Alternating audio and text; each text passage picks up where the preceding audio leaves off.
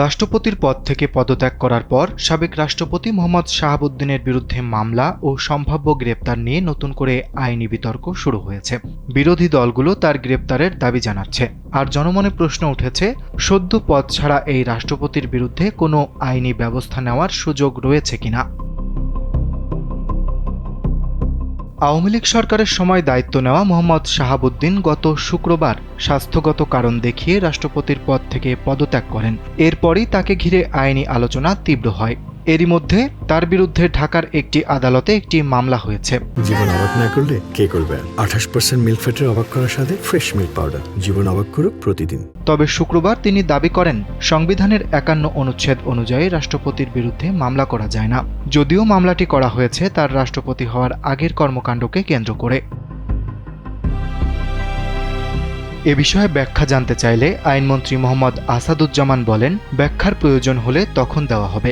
আর জুলাই আন্দোলনের সময় রাষ্ট্রপতির দায়িত্বে থাকাকালে সংঘটিত ঘটনাগুলোর জন্য তাকে দায়ী করা যাবে কিনা এমন প্রশ্নে তিনি বলেন, সংবিধান অনুযায়ী রাষ্ট্রপতি এক্ষেত্রে সুরক্ষাপ্রাপ্ত।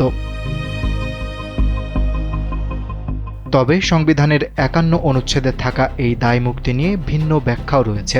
অনুচ্ছেদটিতে বলা হয়েছে, রাষ্ট্রপতির দায়িত্ব পালনকালে করা বা না করা কোনো কাজের জন্য তাকে আদালতে জবাবদিহি করতে হবে না। একই সঙ্গে দায়িত্বে থাকা অবস্থায় তার বিরুদ্ধে ফৌজদারি মামলা দায়ের, বিচার কার্যক্রম চালু রাখা কিংবা গ্রেপ্তার বা কারাবাসের জন্য পরোয়ানা জারি করা যাবে না। কিন্তু সুপ্রিম কোর্টের জ্যেষ্ঠ আইনজীবী আহসানুল করিমের মতে এই সুরক্ষা শুধুমাত্র রাষ্ট্রপতির দায়িত্ব পালনকালীন সময়ের জন্য প্রযোজ্য। পদত্যাগ বা অপসারণের পর সেই সাংবিধানিক সুরক্ষা আর বহাল থাকে না। উদাহরণ হিসেবে তিনি সাবেক সামরিক শাসক হোসেইন মোহাম্মদ এরশাদের কথা উল্লেখ করেন।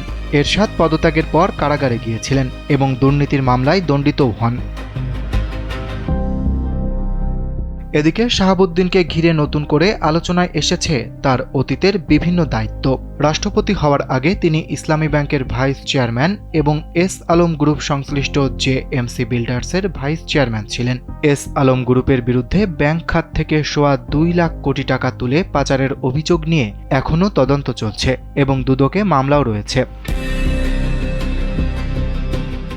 এরই মধ্যে বাংলাদেশ ফাইন্যান্সিয়াল ইন্টেলিজেন্স ইউনিট হাইকোর্টে দাখিল করা এক প্রতিবেদনে বলেছে, ইসলামী ব্যাংকের 80,000 কোটি টাকার শেয়ার কেলেঙ্কারিতে মোহাম্মদ শাহাবুদ্দিন ও তার প্রতিষ্ঠান জেএমসি বিল্ডার্স সরাসরি জড়িত।